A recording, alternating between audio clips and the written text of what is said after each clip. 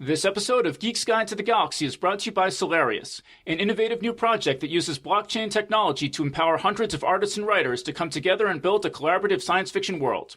Learn more over at Solarius.network. So that's CELARIUS.network.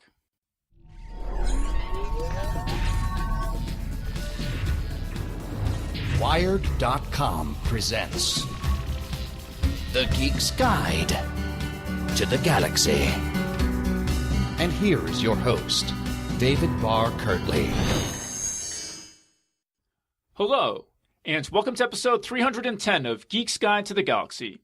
Our guest today is Paul Melko. He's the author of the novels Singularity's Ring, The Walls of the Universe, and The Broken Universe, and his work has been nominated for the Sturgeon, Nebula, and Hugo Awards. And we'll be speaking with him today about his short story collection 10 Sigmas and Other Unlikelihoods from Fairwood Press. And today's show is brought to you by Solarius, an ambitious new shared world project that aims to combine fan fiction and blockchain technology. Solarius bills itself as an example of the blockpunk genre, which is similar to cyberpunk, but with a more neutral attitude toward technology and a more optimistic attitude about the future. Blockpunk explores the ways that blockchain technology and artificial intelligence might lead to a more equitable and decentralized future, and Solarius aims to put those principles into practice by blurring the line between creators and fans. Anyone can apply to join the Solarius community, and those community members are encouraged to contribute fiction, art, video, or music to the project. The community then votes on which of those contributions to canonize, and works that are canonized become a permanent part of the Solarius world, with blockchain technology ensuring that the work will continue to exist in its original form in perpetuity. In that way, Solarius aims to avoid the sorts of constant retcons and reboots that have roiled other fan communities in recent years. The world of Solarius is a high-tech future in which colorful factions such as Vindix, Rattlers, Stargazers, and Chemics battle over the proper relationship between humanity and AI, and how it all plays out will be entirely up to the community. Authors such as Stephen Barnes, Tananarive Due, Rich Larson, and David Wellington are already involved. And if you want to throw your hat into the ring, you can find out more over at Solarius.network. So that's CELARIUS.network. I also highly recommend checking out the Solarius 2018 reveal trailer, which features some very cool animation and sound design. Alright, so now let's get to our interview. Alright, so we're here with Paul Melko. Welcome to the show. Thanks for having me, David. Okay, so in this book you write, I grew up in a trailer park very similar to the one in Fallow Earth. We never did come across an alien as shown here, though the people aren't too far from the truth. So I was wondering if you could just talk about what that was like growing up and what those people were like. Yeah, I grew up in Delaware, Ohio, which is just a small town north of Columbus. So hometown of Rutherford B. Hayes. That's the name of our high school, too. But I grew up next to the Olentangy River, which features in the story. I grew up in a trailer park, which was out in the country. We were right next to the train tracks. It ran right by the back of the trailer every night, every day. There were cornfields. It was very isolated. But the people there were nice people, and we weren't super well off. We weren't super rich or had a lot of things, but it was a content childhood at that time. I mean, so in the story, there's kind of some nasty bully kind of characters. Were there people like that around? There, not necessarily, but there were events there that were ominous. The trailer next to us burned down, and that event is very, very etched on my mind as a child. It kept me up for months. I must have been 5 or 6 at the time, and that just was horrifying at the time. I remember coming outside of the trailer, and our trash cans had melted from the heat of the trailer burning next to us. And then I remember learning to ride a bike, and this may not seem ominous now, but back then I rode from the top of the hill, and it was all gravel. There was no pavement, so I managed to ride my bike on the first day that I learned how to ride down that hill on gravel. Oh man! And it was horrifying and yet exhilarating at the same time. So there wasn't any. You didn't fall over, I or did not, but my parents running after me, yelling, probably thought that I had. So there were not necessarily ominous or dangerous people, but there were certainly um, interesting things that happened. did they ever find out what had caused that fire? No, no, not that I know of. Um, and the trailer caught on fire, and my mother sent us immediately down to a friend of ours, and we just stayed there, and we didn't learn anything. And it was, uh, what's going on? What's going on? We just never learned anything of what happened. Even on the day of, we were very sheltered from that, and they didn't want us to know anything, or they didn't tell us, or they didn't think to tell us anything. And so I never learned. Hmm. And so, how did you discover science fiction? You had an uncle who gave you some Heinlein books, is that right? That's right. I must have been 11. And for my birthday, he gave me two Heinlein books, Have Spacesuit Will Travel and The Rolling Stones. And I had never read a whole lot of science fiction before that. I might have picked up some of the Asimov's YA stuff, but really I hadn't read much of anything up to that point. And Uncle George and Aunt Mikey, they were the relatives who gave me the books. And Have Spacesuit Will Travel, a classic Heinlein YA. A mother thing comes, and who's the main character? I don't remember. He wins a spacesuit for writing a jingle for a soap commercial.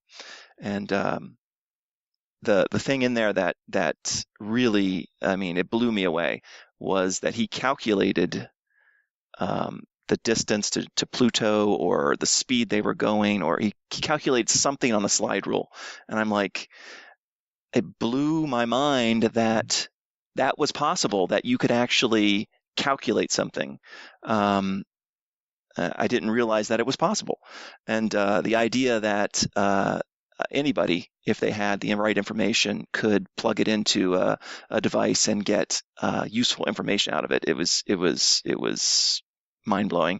I think it's the thing that influenced me most in my education and what I wanted to be. I studied engineering, which is a problem-solving science, and I think that its roots it came from that particular book.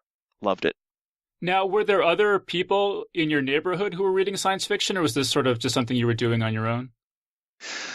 Not very many people were reading science fiction. Delaware, Ohio had 3 places to buy books. There was the Little Professor bookstore. There was a place called the News Shop, which sold magazines, pornography, cigarettes, and science fiction books. And then there was Brad's Bookshelf, which was a used bookstore that sold comics and used books. And really, that's about all I needed. But I can't remember any of my friends really reading as much science fiction as I did. A few of them did, and there were a number of friends in high school who collected comic books, and I did that as well. But there weren't a whole lot of people who were perusing the same shelves I was perusing. And how about in college? Did that change at all, or were you still did you have friends who were into science fiction? Maybe. I mean, I was studying engineering, so there were some people who had read the Heinlein books and other things, but I can't say that there were a whole lot, and that was before that was just at the very start of the internet. So it was kind of isolating not to be able to talk about those sort of things. There were a few people that did share my interest in some of the more popular things, like Hitchhiker's Guide. I could find people who had read those books, and certainly knew people who had seen all the Star Wars movies and things like that. But going in depth to the type of reading I did in science fiction, I don't think there was really anyone. But my Uncle George and Aunt Mikey, who gave me the first books, they had shelves of science fiction books in their basement, and I have shelves of science fiction books in my basement now. And Yeah, so I think collecting and reading lots of books, I learned from them. There were a few. There was a one person that I knew who read. He had shelves and shelves of books, and I borrowed quite a few from him as well. Um, but I remember having in-depth conversations about the books. Yeah. Well, so I gather that your college experience was somewhat stressful, just based on, you say, your story, Death of the Egg King draws on my emotional state during my time in graduate school at the University of Michigan. Yep. So I after I got my bachelor's degree, I went and to the University of Michigan to get a master's degree. I was planning to get a PhD, but as often happens, I realized as I was getting my master's, that's about all I wanted to do. There's, I'm sure people, you know, I'm not unique, but you reach a point in your education where you realize I've reached the limit of what I can possibly understand. I remember a particular class, matrix mathematics class, where I'm like, I have no idea. I could spend the rest of my life trying to understand what's going on here, and I just realized it was not for me. It's just this, and that's a tough feeling to get. When you've up to that point, everything has been, I can understand this if I try. I can figure this out, but yeah, there's some struggle there, and graduate school was not particularly fun for me. But I came out of it, and that's when I immediately after that I married my wife and went off and went to Pittsburgh, which was a turning point for my writing and also for my finding other people who had the same passion for science fiction as I did. Well, right, because you joined this group, the Pittsburgh World Rights. That's right. Mary Soon Lee in Pittsburgh had moved to Pittsburgh around the same time I had. Her husband was at Carnegie Mellon, and she wanted to start a writer's workshop. And so she found me and a couple of other writers as well, Tim Isaias, Barton Paul Levinson, and a few other people who were, at the start of their careers as writers. And really, it was awesome to be in that group. Mary Soon Lee is an excellent writer, a great craftsman when it comes to writing.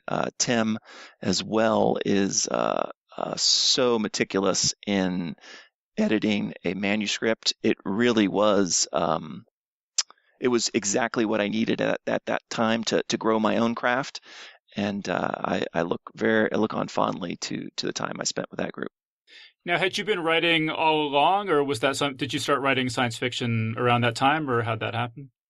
I had started writing science fiction in high school for a creative writing class that I had taken, and it was a horrible story.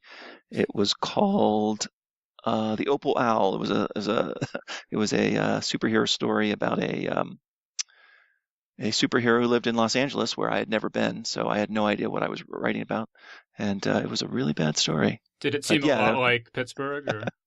No, I wrote that in high school, so so a lot like Ohio. Or, what I imagined a city would be like, and of course I was totally wrong.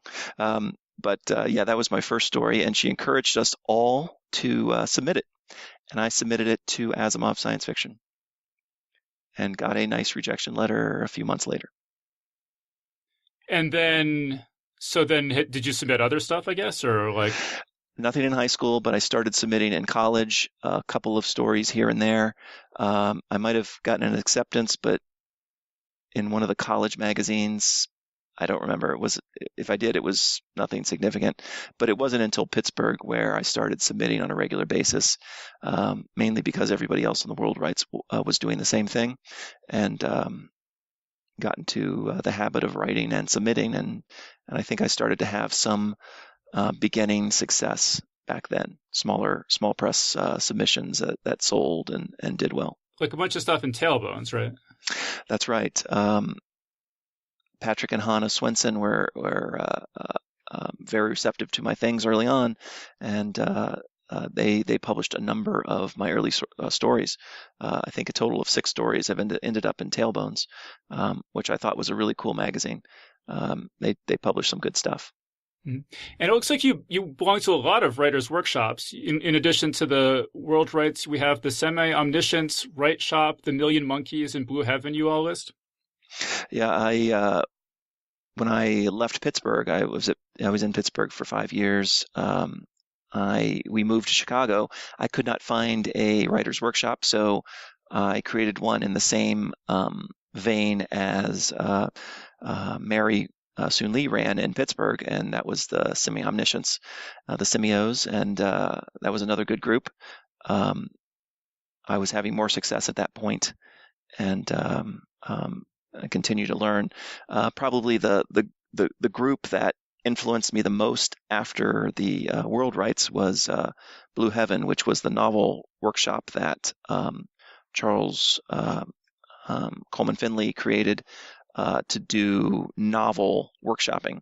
As he said, there were lots of short story workshops, but there weren't really any novel writing workshops.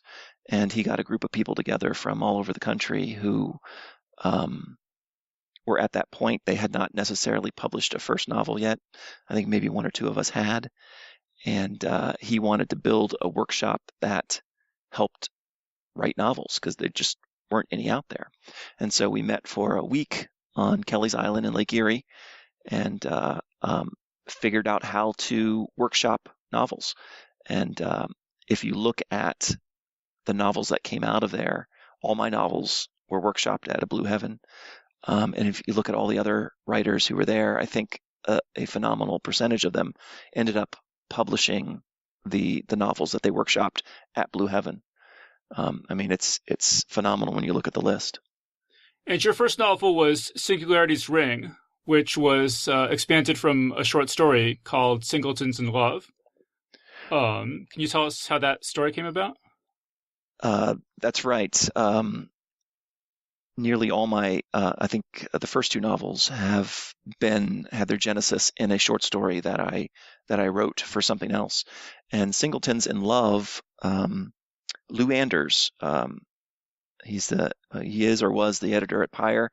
Before he was that editor, he was shopping around this idea for an anthology.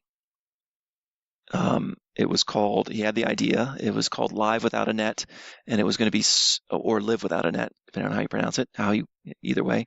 The idea was, give me stories in which the internet isn't what we think it's going to be, that you're living without that network. Something happens in the future. And it was weird. He told me the idea. I'd met him at this Worldcon, might have been San Antonio, and he just told me about this idea. And as soon as he said it, I had the idea for Singletons in Love.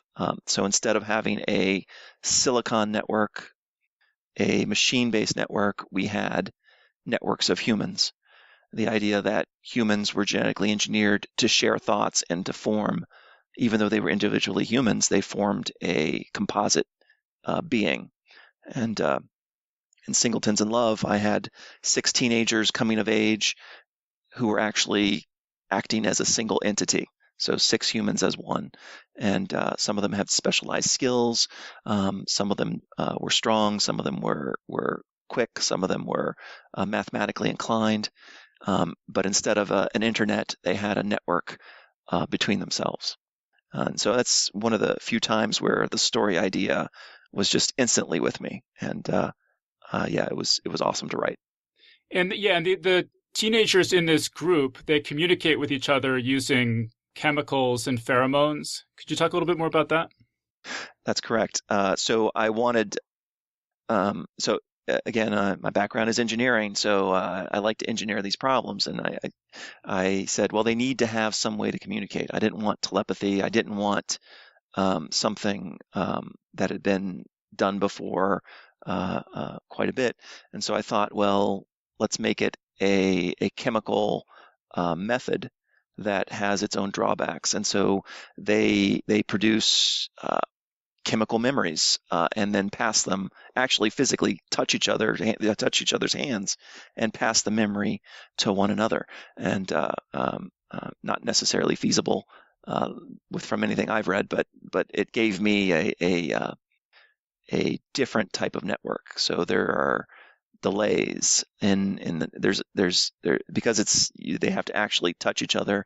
When someone becomes isolated, there's problems. When they can't get feedback, there's problems. And I started playing with this idea of consensus. Since they're a group of 6 people, they have to reach consensus, and so they can reach consensus, and they can reach ideas that are more complex than an individual human can make, but it takes them a longer time because they have to pass the information like a vortex around the network connection that they have.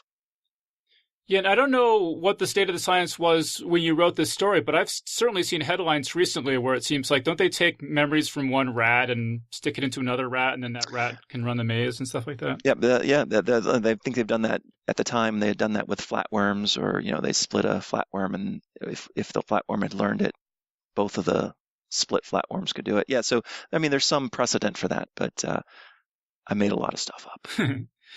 The characters talk about going from first state to fourth state. What does that mean exactly? I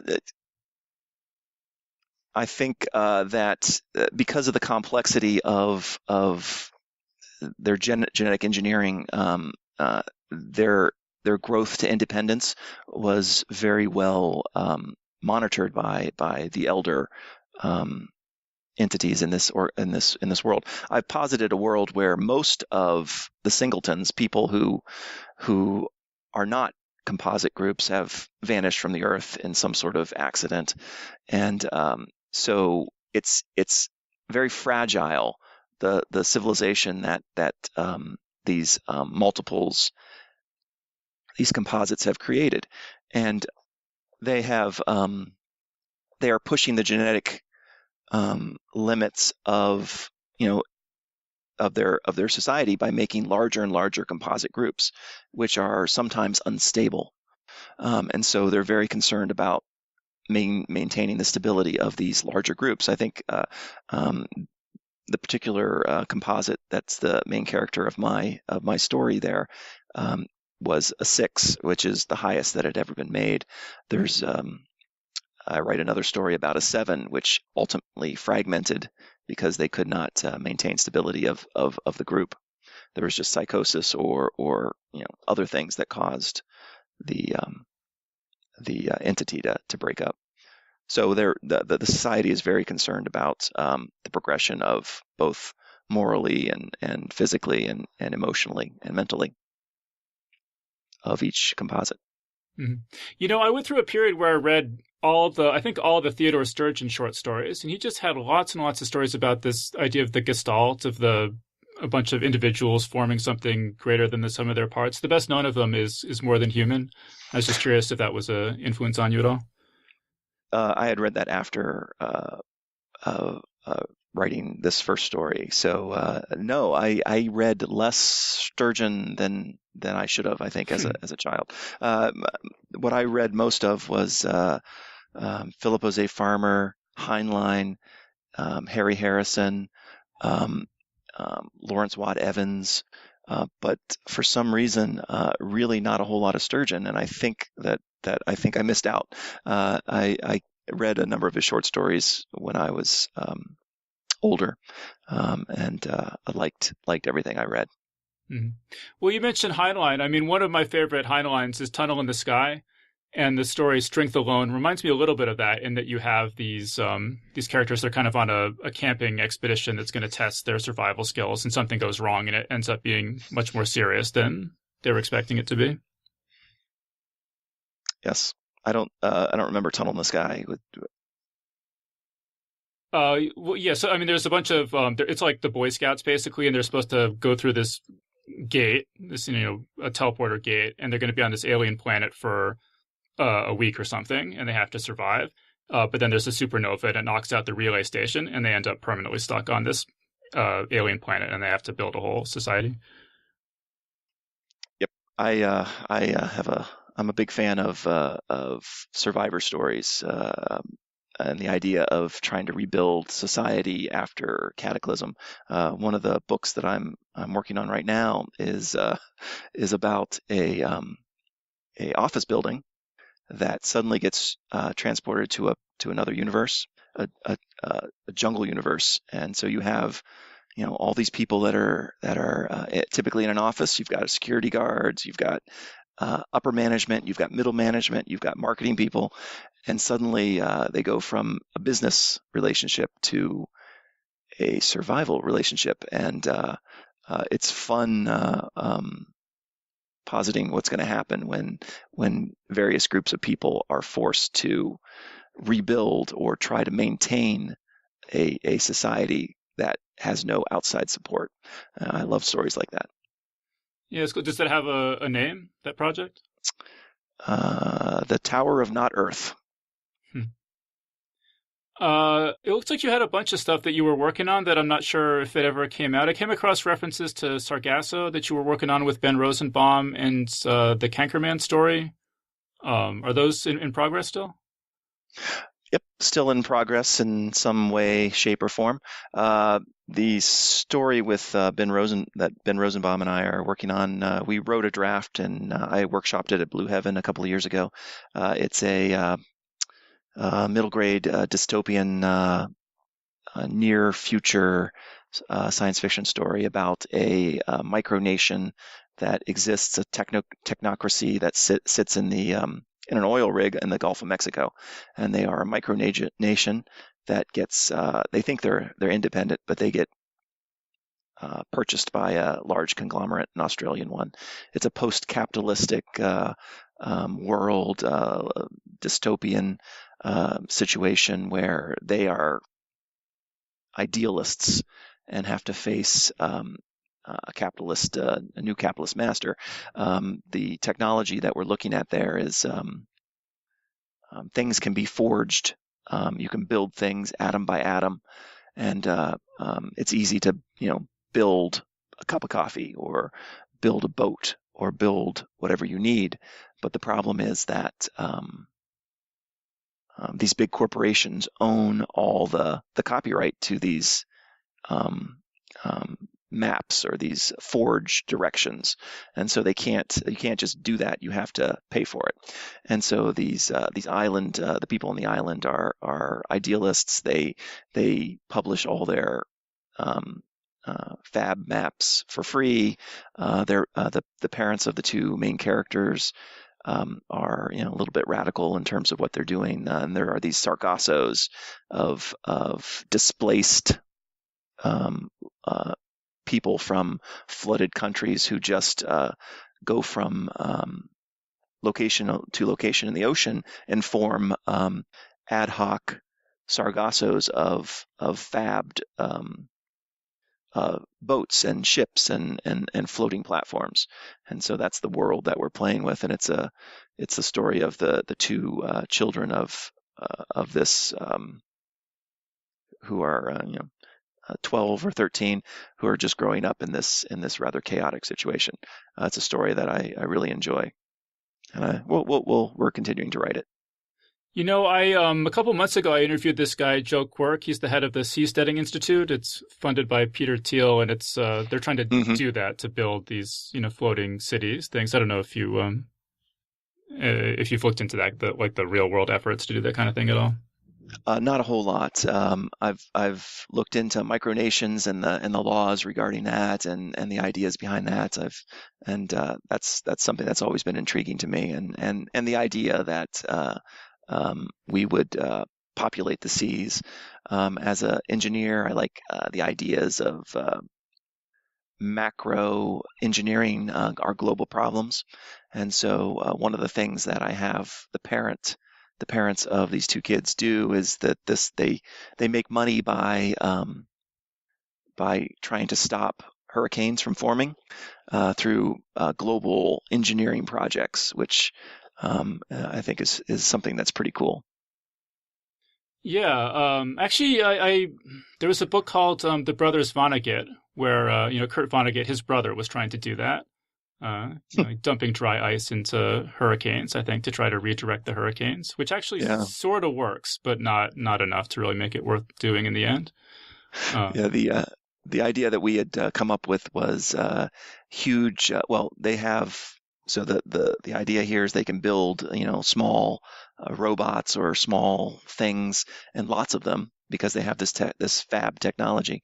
And so what they do is they build bunches of small floating water pumps that pump cold water up from the depths of the ocean to try to reduce the the energy inside hurricanes. So that was the idea that we had come up with. Yeah, it sounds really cool. And then how about the Kankerman story? What's the status on that?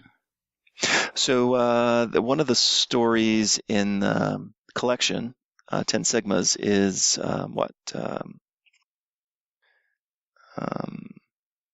it's in there, isn't it? Oh, no, I don't think it is. I think it came out after the book. Oh, it did. So that ended up in Tailbones.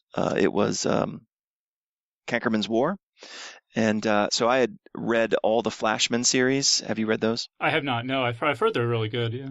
Yeah, so it's a series of historical novels where Flashman is a total cad, just a horrible person, but he ends up being in the right place at the wrong time, I guess, and he ends up at all these historical events as an anti-hero who appears as a hero.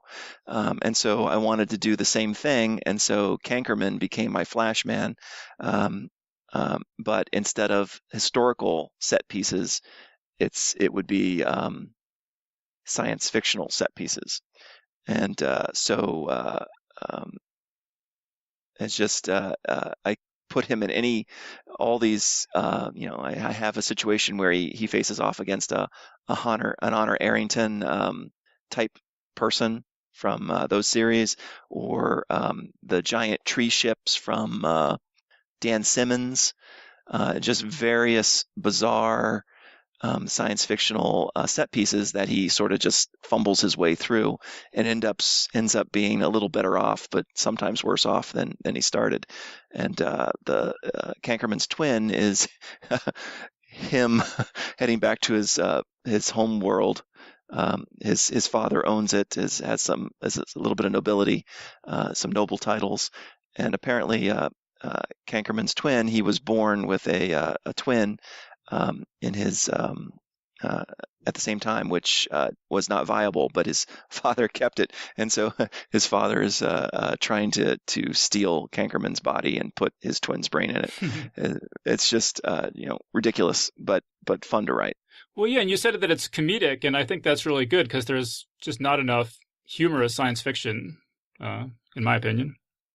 I agree. It's rare to find really funny science fiction. Of course, everybody points to Hitchhiker's Guide, but and some of the Discworld stuff and things like that. But yeah, you're right. There's not enough comedic science fiction. Yeah. All right. Well, so getting back to these stories, could you talk about the process of how you took Singletons in Love and turned it into your first novel, Singularity's Ring? Yeah, so I wrote Singletons in Love, and had some good success with it. It was well liked, and I had this group of 6 characters. Each one was, unique, and yet they were part of the whole. And so I started writing short stories about each character. And so the second story was Strength Alone, which ended up selling to Asimov's, and was ended up at the end of the year. I think it was one of the top 3, and it's in the Reader's Choice. And that's a funny story. I want to come back to that. And so I started writing a short story about each of the characters in the sextet, and each one was interesting. And by the time I got to the second one, I realized that I had a novel, and so that became the first novel, Singularity's Ring, that I wrote. And the way the novel is structured is that each major section is from the point of view of one of the members of the composite group, and then the final chapter is told from their omniscient, sort of semi-omniscient point of view, which was fun to do and interesting and unique, I think, in what I was doing. So I guess Singularity's Ring, in that sense, is a little bit of a fix-up novel, in that two of those sections were priorly published, but and then at that point it was more. I was writing the novel after those two sections were written. Well, I say this a lot, and I feel like fix-up novels kind of get a bad rap, but I really like them, and I feel like they just have more texture and more. And I like short stories just in general, but that they don't have just such a predictable, through line. That they feel a little bit more complex and a little bit more like real life, and that they just can go in off in sort of odd directions and circle back and so on. I agree. I think that short fiction, you sometimes get that, as you say, the complexity that you might not see in a fiction that's meant to be a novel from the start. I'm not sure why people like to say it's a fix-up novel and then maybe scoff at it a little bit. But though that doing a short story first is the ability to test these ideas out and see if they're going to make sense as a longer fiction. So yeah, I think my first two novels were both started as short stories. Walls of the Universe started out as the Walls of the Universe novella. And that one, though, you sort of the novella became sort of the first part of the novel, and then you expanded. Then you created more events that came after the initial novella. Yeah, the Walls of the Universe was originally a novel, and I wrote the novel, and then it never went anywhere. And then as I was thinking about it, it became the novella. So I took the novel that I first wrote and shrunk it and ripped it apart and took everything out of there that was in any way, shape, or form not interesting to me anymore. And that became the novella. And then to make the novel, I expanded it again. So yeah, it was it's like an accordion. It grows, it shrinks, it grows. But yes, so it was a novel, then it was a novella, then it became a novel again.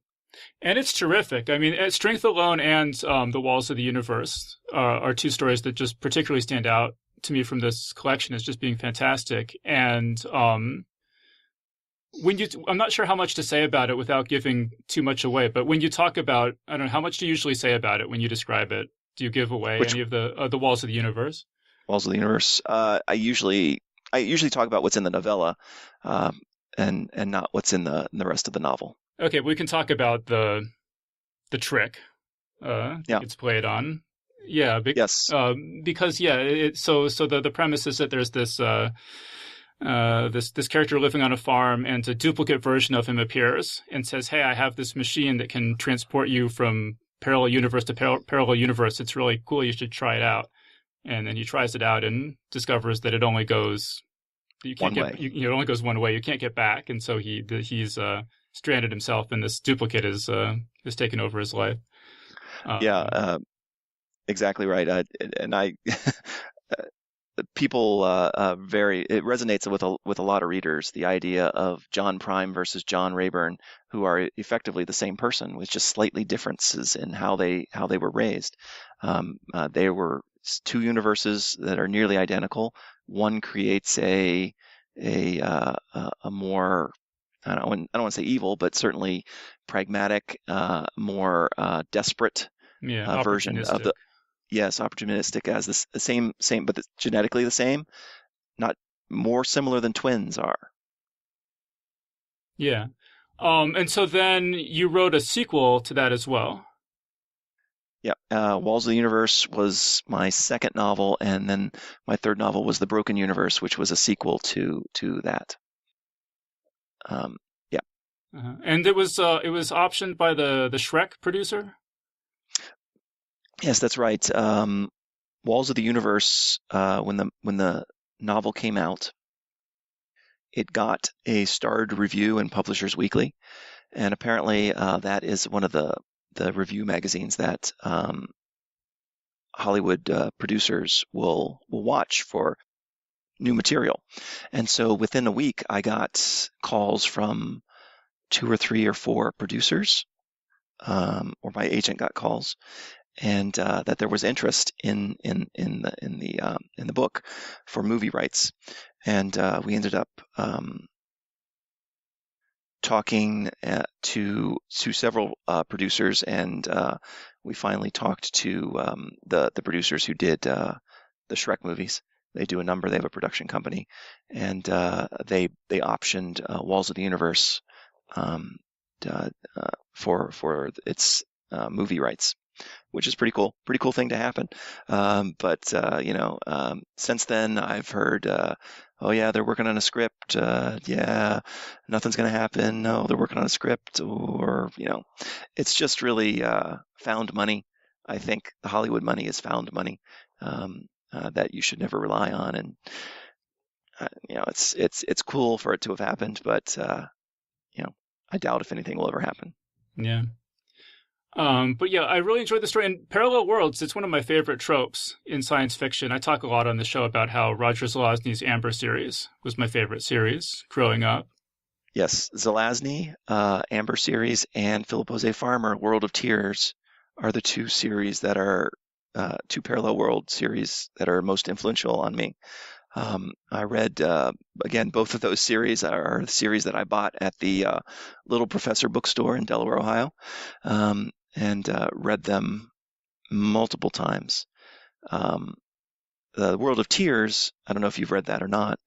No, I've just heard of it because it was a big influence on the Amber books, and so I've always wanted to read it, but I still haven't read it. So if you look at if you read both of them, you can see how they sort of influence each other. The Farmer books, the World of Tears books, is more engineering in terms of how someone built these universes, whereas Zelazny has sort of a magical, they have that giant maze that sort of controls everything. The pattern. Yeah, and so sort of different ideas behind how this happens, and so I was sort of gravitated towards the engineering ideas, and that's my background. But they have a lot of similarities. There's like a ruling family or a series of lords who rule these different universes and have adventures through them. So very similar series, and I think they were in communication. Zelazny and Farmer were in communication as they wrote these both those series. Yeah, that's my understanding. I think that Zelazny blurbed the first World of Tears book, if I'm remembering that right. It's worth finding and reading. It's an excellent series. Yeah. Okay, so speaking of engineering, I was just I was looking you up on Twitter to see what people had said about you, and I came across this Tobias Buckell thing where he says, this is about the show The Walking Dead. He says, Paul Melko once told me, give me a backhoe and a few contractors, and I can solve every problem they face on that show. Yeah, The Walking Dead, it's super frustrating because it feels like it's just an engineering problem to be solved. And that zombies walk in a straight line. So all you have to do is build a trench and have a crooked bridge, and they will never get to you. I mean, it's just like, that's it. That's the solution. I'm sure it's more, and of course, as The Walking Dead progressed, it wasn't the zombies that were the problem. It was other humans, of course. But in the beginning, it's like it's an engineering problem. Zombies are an engineering problem, especially slow zombies. It was very frustrating to watch it and not say, "Come on, people, just fix the problem." Well, one of the best suggestions I ever heard was Max Brooks said that you should move into a house and then just destroy all the stairs, just have a rope ladder or something that you raise and lower, and then you're 100% safe from zombies. Yep, if there are slow zombies. But if they're the faster, smarter zombies, like maybe from, what's that movie with Will Smith? I Am Legend? Yes, so if they got faster zombies, then you might be in trouble. Yeah, or those World War Z zombies, the movie version where they build the giant columns in the sky. Yeah, right. Got to watch out for slow zombies though. I think you're right. Just climb a tree or build a tree house. Actually, speaking of Tobias Buckell, I came across a reference to the Buckell chemical job on St. Thomas in your story, The Teosynth War, which I don't know if you remember. I assume that's a I don't. Tobias Buckell reference. It is. Toby and I, of course, were at Blue Heaven together. He's another of the Ohio mafia of science fiction writers, and we have workshopped, quite a bit together. He would come down to Columbus, and we would do short fiction critiquing. And he brought Crystal Rain to the first Blue Heaven. I had brought Walls of the Universe to the first Blue Heaven. We have critiqued each other's stuff quite a bit. Yeah, Crystal Rain being his first novel. Yep, Crystal Rain was his first novel, which was awesome, great novel. Yeah. I really liked the story of the Teosynth War too. Could you talk a little bit about that one? So I had, this is another one that went to Lou Anders. He had another anthology. He asked me to submit something for it. And I'm going to draw a blank on what was the name of that? Oh, Future Shocks, I think is what it was. And I don't remember the theme, but I had been reading Jared Diamond's Guns, Germs, and Steel, which talks about how society evolved in the Fertile Crescent and didn't evolve in other locations, mainly because of the availability of domesticatable grains and animals. And his argument, of course, is that you're not going to have the evolution of great civilizations in North and South America because there's very few grains that can be domesticated across going up and down in latitudes, and there's very few pack animals. You basically have the llama and the alpaca, and really nothing else to domesticate.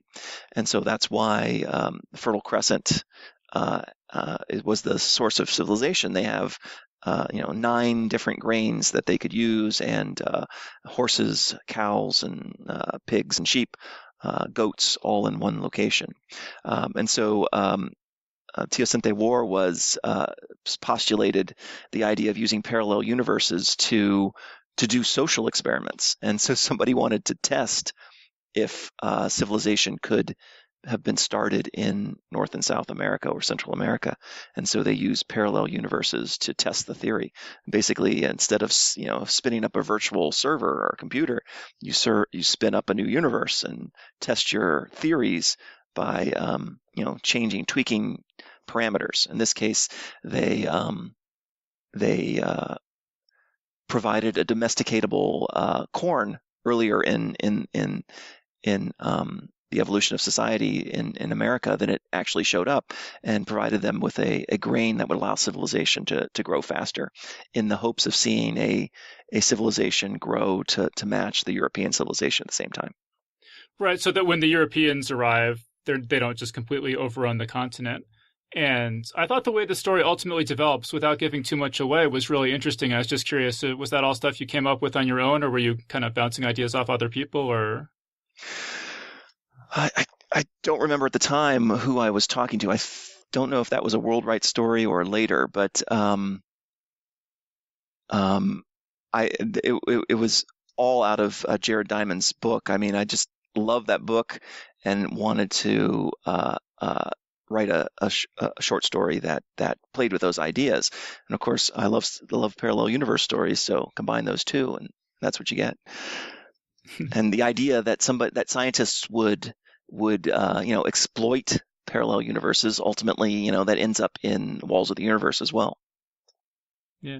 There was one detail. This is kind of an incidental detail in the story, but the students all have kind of like an AI Facebook kind of thing implanted in their heads where, if you're talking to someone and you're annoying them, it kind of gives you a little message saying, this person doesn't want to talk to you. And that seems like a really useful thing that might exist in the future, that each person has their own little AI, and the AIs are talking to each other and just smoothing over, social interactions and misunderstandings and things. So I just thought that was interesting. Yeah, that was probably a throwaway detail. I'm not even sure I remember writing that. Well, yeah, you should go read this story. It's pretty good. I think you would enjoy it. Hey, I wanted to come back to Strength Alone, if you don't mind. Oh, yeah, sure. So this is actually a funny story that I like to tell. Strength Alone, as I mentioned, ended up being in the top three. I think it was third or fourth, maybe, in the Asimov's Readers Poll. And so the editor, Sheila Williams, it might have been at the Nebulas. We were in Chicago. She invited my wife and I to the breakfast that they were giving the awards away at. And so Gardner Dozois was there, and might have been Tad Williams, I'm not sure. A couple other writers were there, and she had asked the hotel, "Do you have a nice room for us to have this award, this literary award breakfast?" And so the hotel said, "Yes, we have this great room. It's the library." I said, "Well, perfect." Oh, wow. So we had breakfast served in the library room, which was upstairs from the main restaurant, and it was really nice. It had shelves of built-in bookshelves of books on three of the four walls, and it was very nice. The awards were given out, and then as we were standing around, somebody goes over to the bookshelf and starts perusing the books. As you put a bunch of writers in a room with the bookshelves, we're going to start perusing the books. So what the room designers had done is they had cut every single book in half so that they would fit on the shelf. The shelves were not full-size shelves. The shelves were smaller than that, and they couldn't fit books on the shelves if they were full size. They would stick off the edge. So they had taken a buzzsaw or a jigsaw and cut every single book in half to fit them on the shelf. And so we remember the look of horror as we start pulling the books off the shelves, and we realize these are all these books have been murdered. You can read a book maybe that's been split in half, but you cannot read a book that's been, you at least start the book, right? But you cannot read a book that's been cut in half like that. And so we're looking, oh my God, they've murdered all these books. But then, as you know, because of that crew and the dark humor that they have, we start listing the titles of the books that were on the shelf.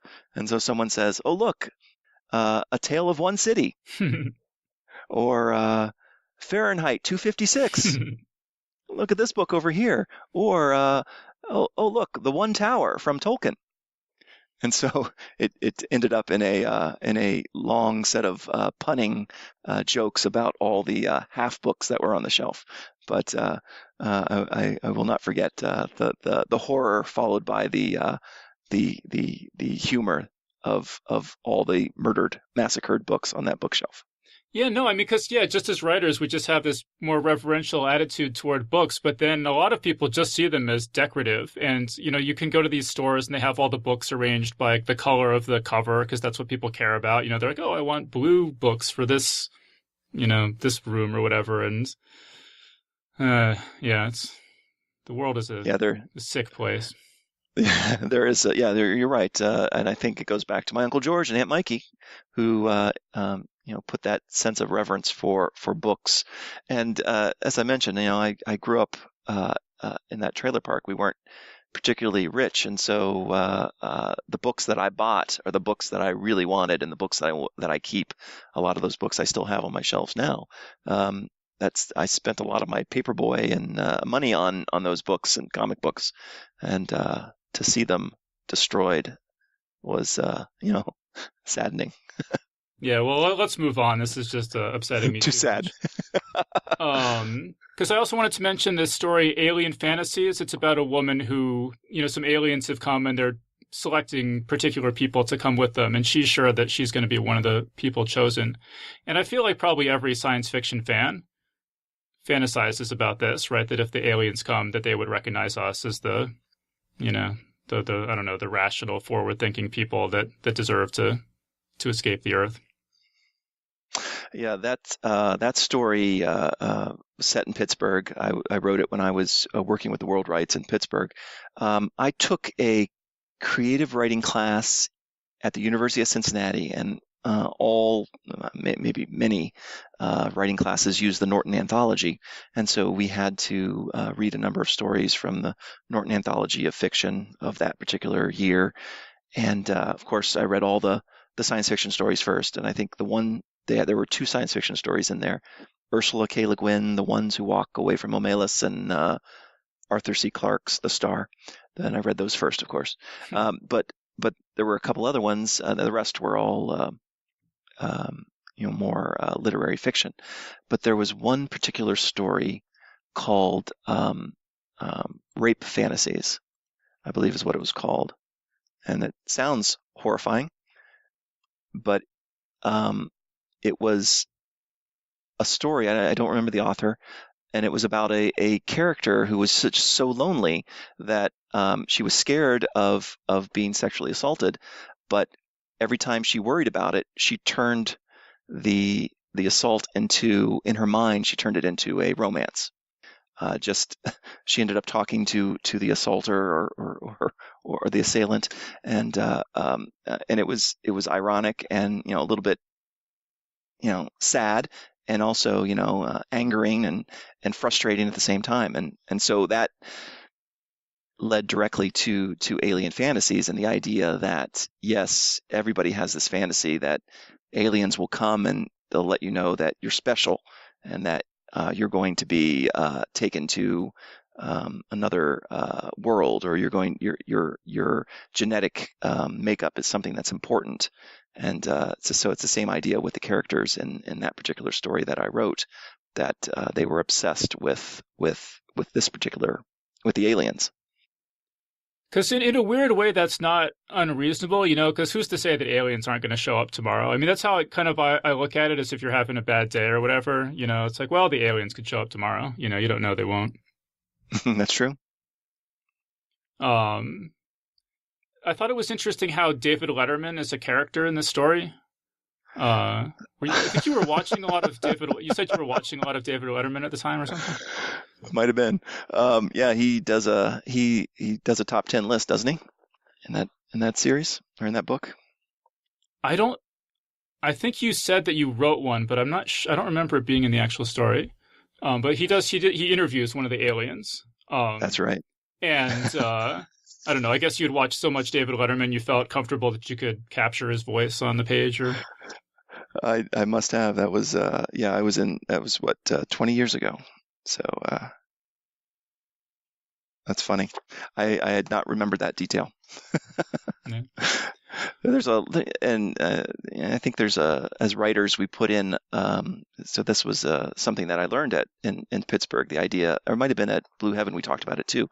But the idea of eyeball kicks being things that telling details that are just a kick to the eyeball, things that set the place and the situation, the atmosphere.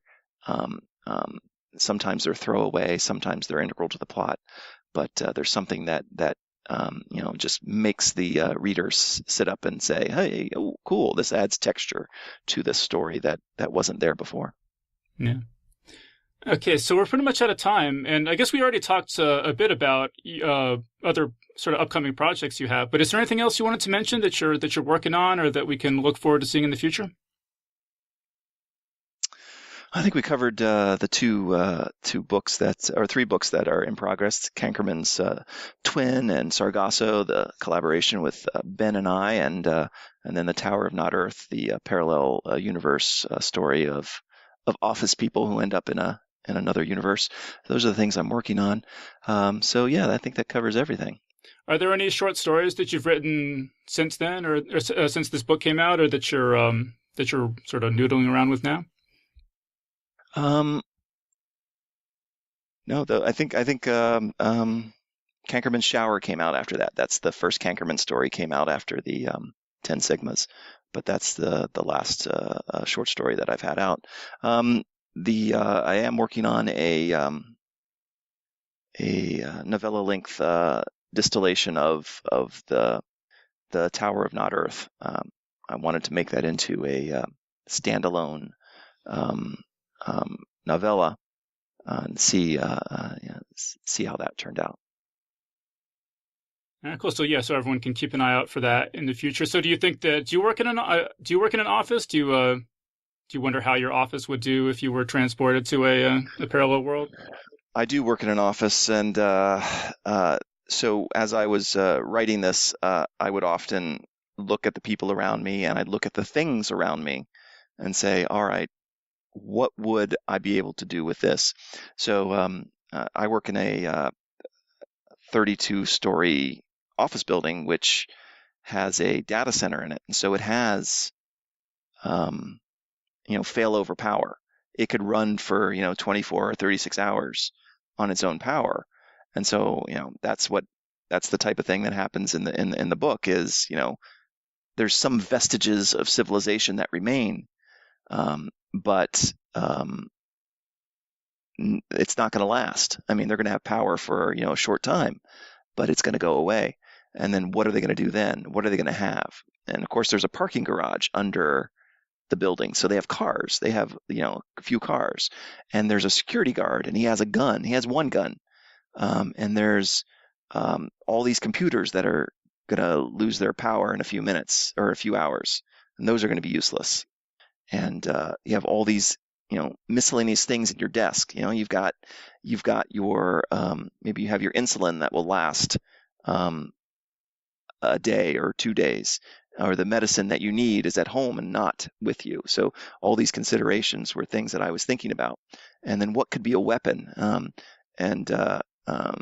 That's probably not a good thing to think about at work, but I was gonna say, do your coworkers know that you're working on this book about the coworkers all like fighting over the one gun and stuff like that? I have mentioned it to a couple, and you start thinking about what is available to you to survive in a world, and you look at paper cutters.